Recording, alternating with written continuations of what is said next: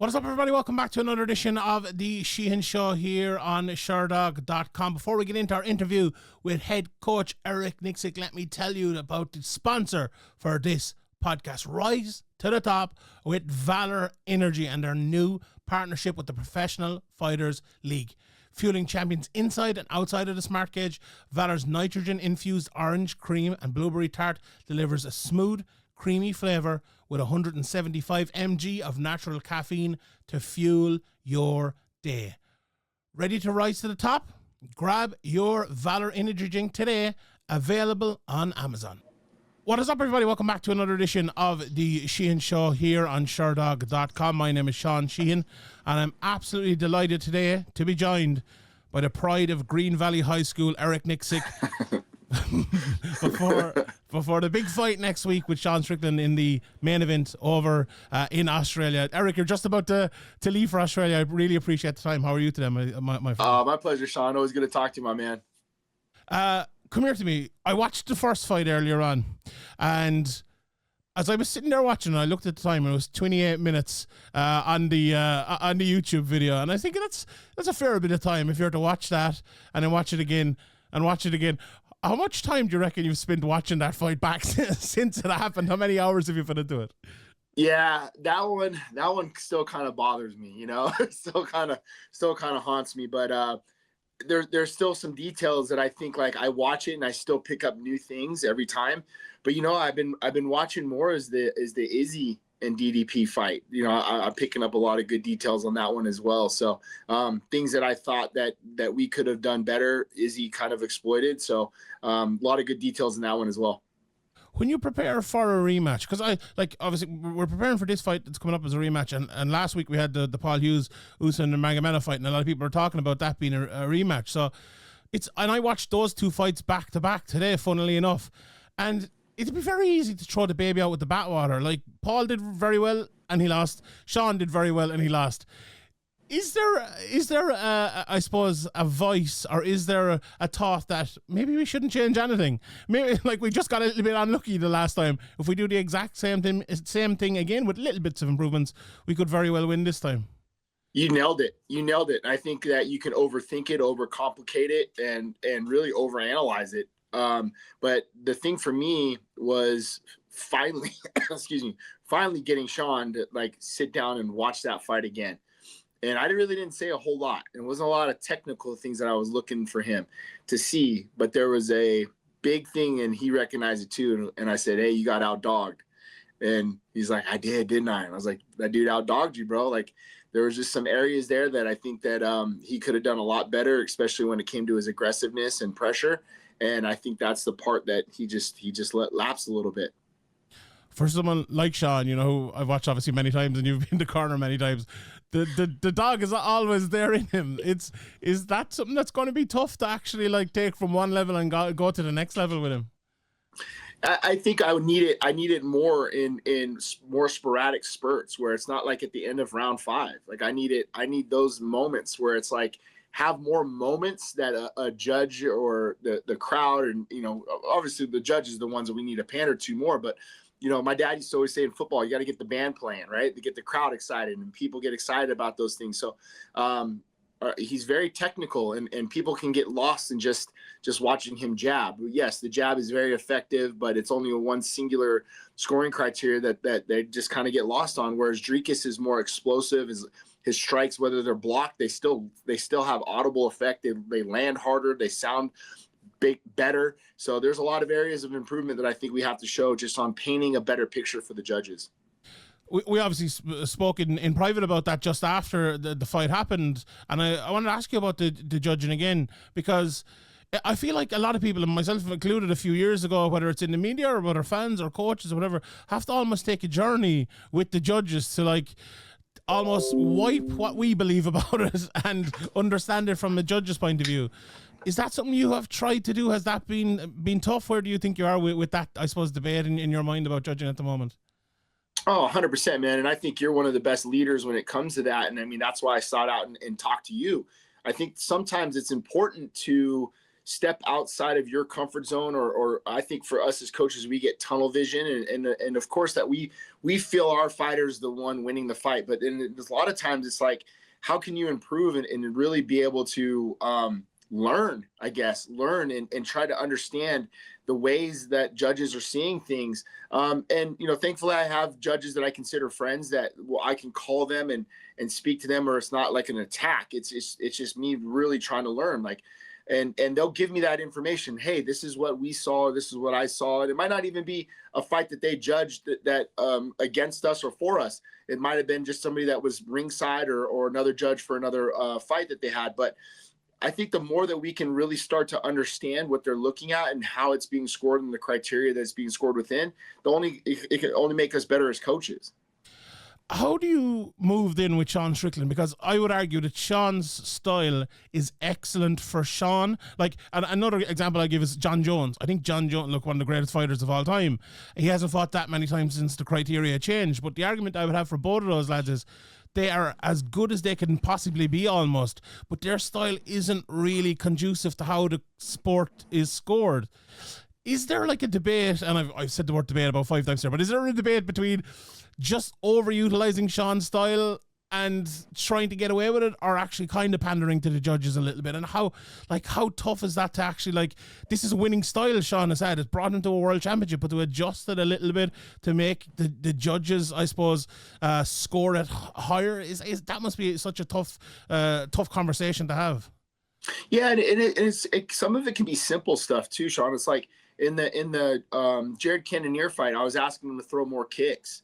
And it wasn't necessarily because I wanted the kicks to score. It was just because it just added another element. And it being the apex, when you hear the noise and it's whether it's blocking or not, and things like that. Because Sean has so many other good techniques, even the wrestling side of things. We talked a lot about in the Dricus fight. Hey, you hit a switch on the guy a couple times, and we could have easily gotten top position and then had some ride time with some damage. So there's a lot of areas I think that we can exploit that Sean's very good at, that we just kind of get away from just in the way that he fights and style he fights, So we really need to add to that on February 8th. Well, you mentioned the switch there, and this is a departure from the interview, but I have to ask you about it because you mentioned it. I love the switch. I think, you talked about getting the crowd going. When the switch happens, I feel like MMA fans from a long time ago love it. And it feels like it's something that's kind of been dying out in MMA a little bit. And even I hear coaches and commentators talking about it. The switch doesn't work, and Cormier is often talking about it. Is the switch something that works? Is the switch something that we can continue to do that? We'll see more of. We saw Paul Hughes do it very well. Obviously, watching the Sean Strickland fight back today, he did it very well against Dricus as well. What's your opinion on the switch as a maneuver? I think it's great. I think it's something that if you're comfortable with and you use it effectively, but you're on it right away, then yes. I mean, I'll usually talk to guys like, hey, what's your favorite get up in this position? Or what's your favorite reversal? Or this or that. And I don't care what it is, but let's work on that thing 10,000 times, right? The Bruce Lee quote. So it's Sean does it so well, especially off the wall or off the cage, that we can get that into an advantageous position. And he does it in the room. He'll hit a switch, he'll get on top, he'll get to a backside spiral, and he'll start, throwing ground and pound from the free hand. And I'm like, that's exactly what we need, things like that. So yeah, I think the switch is effective, but again, it's to the liking of the fighter. So just to get back to the fight, obviously you mentioned a little bit the wrestling there, and Dricus got a few takedowns and a few different takedowns in the first fight, and I'd argue that this fight is almost like Dricus breaking up Sean's rhythm. Like, if Sean can stay in a rhythm for the full 5 rounds, he's going to win that fight. But if Dricus can break it, it's maybe advantage to him a little bit. How big are those takedowns? And I know only 2 or 3 in the first fight, but the ability for Dricus to break up the rhythm with those takedowns, is that a big part of it? Not just offensively, as you mentioned, but defensively as well coming into this fight? 100%, because we see it in Sean's style. What he tends to do is he leans his head out of the way, which leaves his hips and his legs forward. So Dricus did a very good job of hitting that outside trip, getting on the double or hitting the outside trip, because the upper torso of Sean was leaning back the entire time. So what it did too was it really slowed down a lot of Sean's striking, because he was so afraid to get in that lean or that defensive counter position. So we have to counter differently. We can't lean. We have to slide, or we have to come to the inside and make car crashes and get our own underhooks and our own threats to takedowns. So there's a lot of things that we have to improve on, and we've worked on it. We've done great. Now we just need Sean to implement it. Watching rounds 3, 4, and 5, of that fight are so interesting. I think from like a tactical point of view and the adjustments that were made, whereas as you mentioned, Sean was jabbing an awful lot in the early parts of the fight, and then Dricus, I suppose, started to land maybe his combinations, and Sean started to maybe land first and third, which was doing really well for him because he was kind of avoiding, the middle shot there, and then Dricus started to land better in combinations. So Sean landed a lot of jabs, and very, very effectively throughout the first few rounds. Is it key to this Sean landing more combinations? And can you explain to me why the difference between throwing in jabs and combinations, in that, okay, offensively it's great if you can land more shots, but the defensive issues against someone like Dricus, who hits very, very hard and throws at will as well? Yeah, and then a lot of times too, Sean, is the jab placement. So we don't also have to hit the guy in the nose. We can also occupy his rear hand. We can keep his rear hand busy by throwing the jab and making him parry, and do some other things defensively there, which can set up some openings, even with that kind of like that quasi-Russian hook, not necessarily the more bent style Mexican hook. We can come over top and change the angle of that jab. So when you can kind of get a guy in a rhythm, yes, your jab might be one technique, but there's about 7 or 8 different ways you can throw the damn thing. So very important. And then also off rhythm, like go 2-1. Break the rhythm up, do some things that are going to try to get him off his offbeat rhythms. So I think for Sean, really, the jab is kind of his home base, if you will, and that's where he needs to find his rhythm. But we really got to get that right hand going moreover for the criteria for the scoring, man. Like, and we know Sean's got a good right cross. We've seen him drop Izzy with it, but I'd like to see him go with that a little bit more. Just to come away from that fight for a second, I want to ask you about how difficult it is to train so many different people of different styles. Like, obviously, you have Sean Strickland, the likes of Kai Kamaka, Francis Ngannou, Chris Curtis, Brad Tavares, Dan Ige. You could look at all those lads and say there's some similarities, but vast differences as well between them all. Like, I watch a lot of the NFL. I watch a lot of, the Premier League here and stuff. And these coaches, they have a set style, and that's the style we're going to do Sunday, Wednesday, Sunday, or whatever it is. Whereas you might have to coach 3 different styles in one night. How tough is that to actually do? It's probably my favorite part of my job, to be honest with you. And I'll go back to like Ray Sefo, my coach. Ray always talked to me about how I have an advantage because I didn't fight I never fought professionally. I never had a particular style. So Ray always told me, he goes, I coach guys the way that I would want them to fight, like I would fight. He said, because you didn't have that, now you have a little bit more of an open mind in the way of that you approach different tactics. And it's something that I think for me growing up in high school or in football, my dad being a high school football coach, he didn't have the opportunity to recruit personnel. He had to use whatever that came into the school. So my dad being a defensive coordinator, maybe he wanted to run a 3-4, but he couldn't because he didn't have a good D tackle, or he ran a 4-3 because he had the personnel to do it. So that helped me open my mind up about being more of an adaptable coach to the guy's style or their attributes or shit. I mean, I got Daniel Zellhuber. So working with Daniel, it's like, dude, look at your anatomy. Like this gives me a whole different perspective on how to keep guys at the end of your length and what happens when they come to the inside. So honestly, I feel like it's made me a better coach, and I really enjoy having this many different style of fighters, from the Dan Igues to the Zellhubers of the world to the Ngannous of the world, So, but it keeps me busy, and it keeps me focused on learning and evolving as far as a coach goes. I was actually reading a little bit about today, and kind of obviously before the interview, and your come up through the years. And I spoke to Randy Couture a few weeks ago, and he spoke glowingly about you as well. How good is it to bring on the Couture name, obviously a legend of our sport, and be the guy at the helm of it today? You must take a lot of pride in that. It absolutely means the world to me.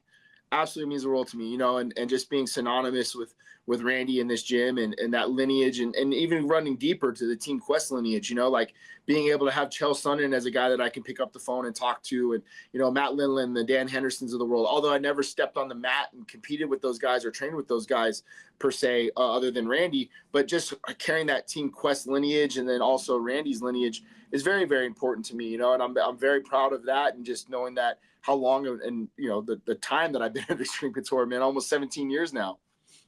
A few guys I want to touch on before I let you go, and I really appreciate the time.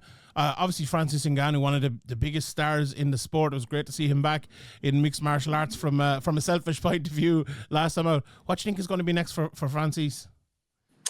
I don't know. I talked to him a few days ago, but we didn't really talk anything business.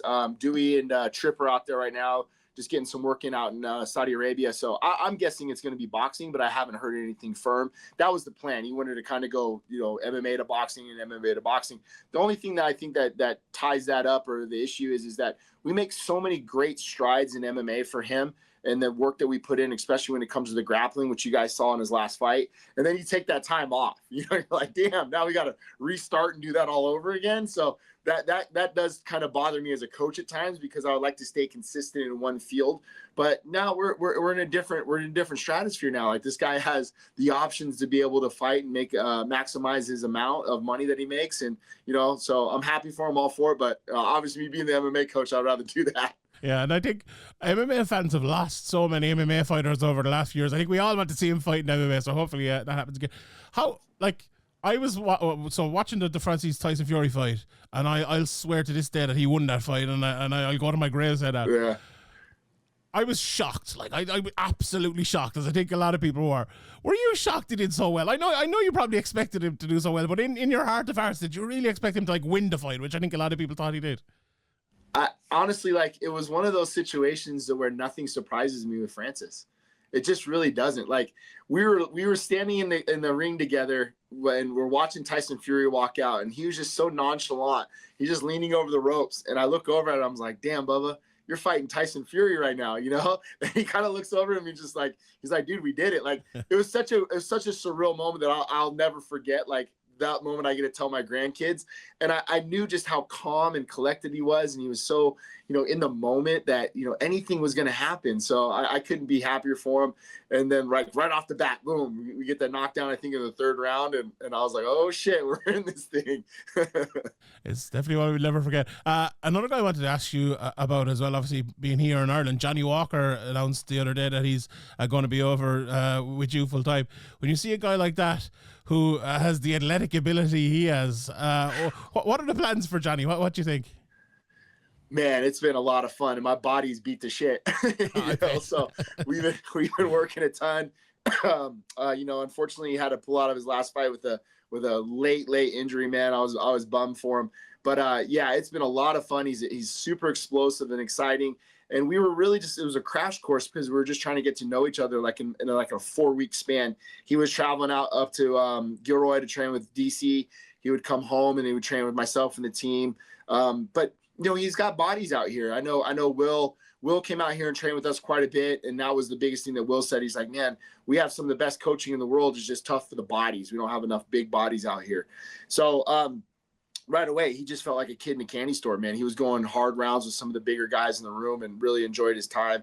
My plan for him is just really, development and growth, and try to get to understand him more and his reads and what he does so well, and keep him explosive, but also try to shore up some of those defensive holes that we see where he leaves his hand behind him and stuff like that. Yeah, very interesting. I always look at guys like that where they have such ability that if someone can just harness it, they could do anything. So I'm looking forward to seeing how he progresses over the next while.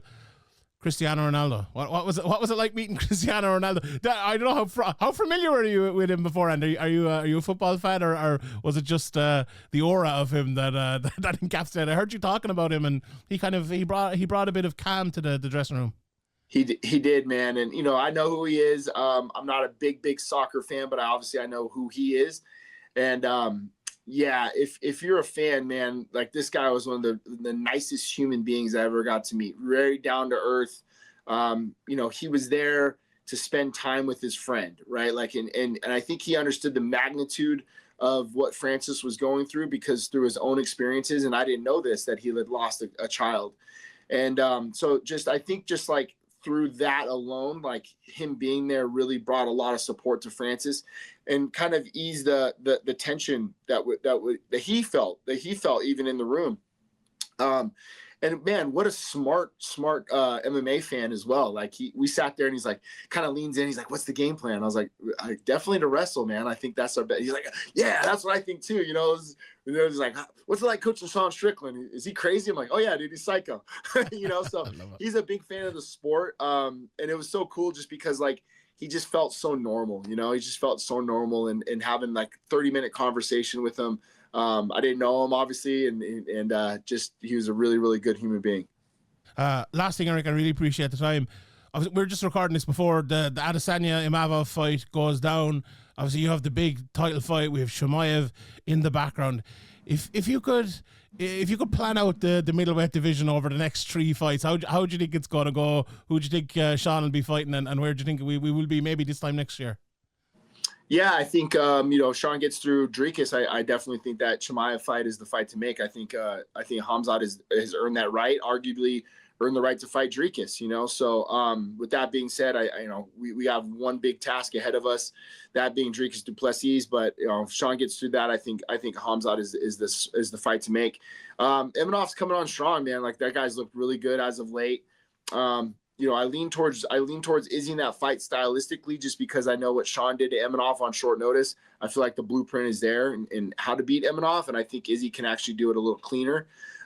So we'll see, man. That's a very good fight in the making. And then Kyle Bahayo, he's a guy that actually comes out and trains with us. He's another guy that's ready to rock and roll in that division for his next title shot as well. Eric, thank you very much for the time. I really, really appreciate it. Best of luck next week, and we'll all be tuning in. My pleasure, bud. Thanks for everything, man. I appreciate you. No problem.